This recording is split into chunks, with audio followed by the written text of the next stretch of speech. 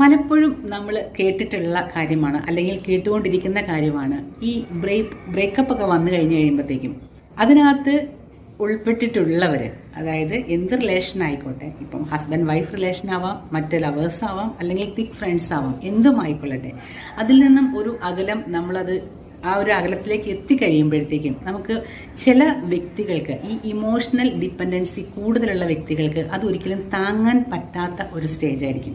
അതായത് ചില സമയത്ത് വരുന്ന മെസ്സേജുകൾ, അതിപ്പോൾ ഗുഡ് മോർണിംഗ് ഗുഡ് നൈറ്റ് മെസ്സേജുകളാവാം, അല്ലെങ്കിൽ നീ എവിടെ സേഫായിട്ടിരിക്കുന്നോ സുഖമായിട്ടിരിക്കുന്നോ, ചില നിസ്സാര 2 വാക്കുകളായിരിക്കാം, അല്ലെങ്കിൽ നിസ്സാരമായിട്ടുള്ള ഒരു സെക്കൻഡിലായിട്ടുള്ള ഒരു കോളായിരിക്കാം, എന്തുമായിക്കൊള്ളട്ടെ. ആ ഒരു ഭാഗം അങ്ങോട്ട് അവസാനിച്ച് കഴിയുമ്പോഴത്തേക്കും അത് കിട്ടാതെ വരുമ്പോഴത്തേക്കും ഇവർക്ക് ഭയങ്കരമായിട്ടുള്ള മെൻ്റൽ എന്താ പറയുക, ഒരുപാട് സ്ട്രെസ്സ് കാര്യങ്ങൾ കയറി വരുന്നു, ആൻസൈറ്റി കയറി വരുന്നു, ഭയങ്കരമായിട്ടുള്ള പ്രശ്നങ്ങൾ, അവർക്ക് ഉറക്കം നഷ്ടപ്പെടുന്നു. ആ ഒരു രീതിയിലേക്കൊക്കെ പോകുന്നത് എന്തുകൊണ്ടാണെന്നറിയോ?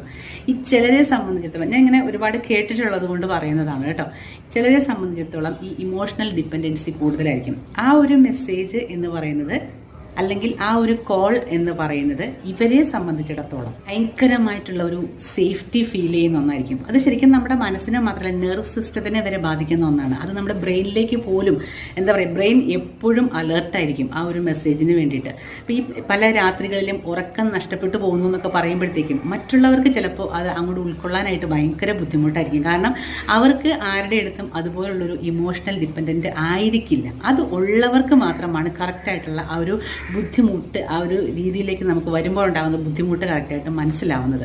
അപ്പോൾ ഇങ്ങനെയുള്ള സാഹചര്യങ്ങളിൽ ശരിക്കും ഓപ്പോസിറ്റ് നിൽക്കുന്ന ആൾ മനസ്സിലാക്കേണ്ടതായിട്ടുള്ള ഒരു കാര്യം എന്താണെന്ന് വെച്ച് കഴിഞ്ഞിട്ടുണ്ടെങ്കിൽ, എല്ലാവരും ഒരേപോലെ ആയിരിക്കണമെന്നില്ല. ചിലപ്പം ആ ഒരു വ്യക്തിക്ക് ഈ ആളെ പോലെ ആയിരിക്കണമെന്നില്ല, അത്രയും ഒരു ഡിപ്പെൻഡൻ്റ് ആയിരിക്കണമെന്നില്ല.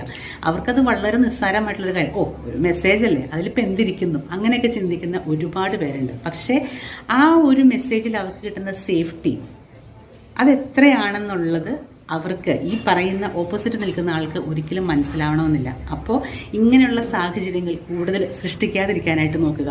എത്രയോ പേര് ആൻസൈറ്റി, ഡിപ്രഷൻ അതിലേക്കൊക്കെ പോയിട്ട് ട്രീറ്റ്മെൻറ്റ് വരെ എടുത്ത് ആകെ പ്രശ്നമായിട്ട് ജീവിതം നരകതുല്യമായി പോകുന്നവരുണ്ടെന്നറിയാം. ചിലരുണ്ട് ഒരു പ്രശ്നമില്ലാത്ത രീതിയിൽ ബ്രേക്കപ്പോ ഞാൻ അങ്ങ് പോയി എന്നുള്ള രീതിയിലേക്ക് പോകുന്നവരുണ്ട്. പക്ഷേ അത് അല്ലാത്തവർ അവരുടെ ജീവിതം തന്നെ നഷ്ടപ്പെട്ട് ഭ്രാന്തമായിട്ടുള്ളൊരു അവസ്ഥയിലേക്ക് പോകുന്ന ഒരുപാട് പേരുണ്ട് എന്നുള്ളത് മനസ്സിലാക്കുക. പഠനങ്ങൾ തെളിയിക്കുന്നത് എന്താണെന്ന് വെച്ചിട്ടുണ്ടെങ്കിൽ അത് ശരിക്കും നമ്മുടെ നെർവ് സിസ്റ്റത്തെ ശരിക്കും ബാധിക്കുന്ന ഒന്നാണ്, നമ്മുടെ ബ്രെയിനിനെ ബാധിക്കുന്ന ഒന്നാണ്. ഒരുപാട് ആൻസൈറ്റി, ഓവർ തിങ്കിങ് കാര്യങ്ങളെല്ലാം നമ്മളിലേക്ക് കടന്നു വരുന്ന ഒരു സാഹചര്യമാണ് അതുവഴി ഉണ്ടാകുന്നത്. അപ്പോൾ ബി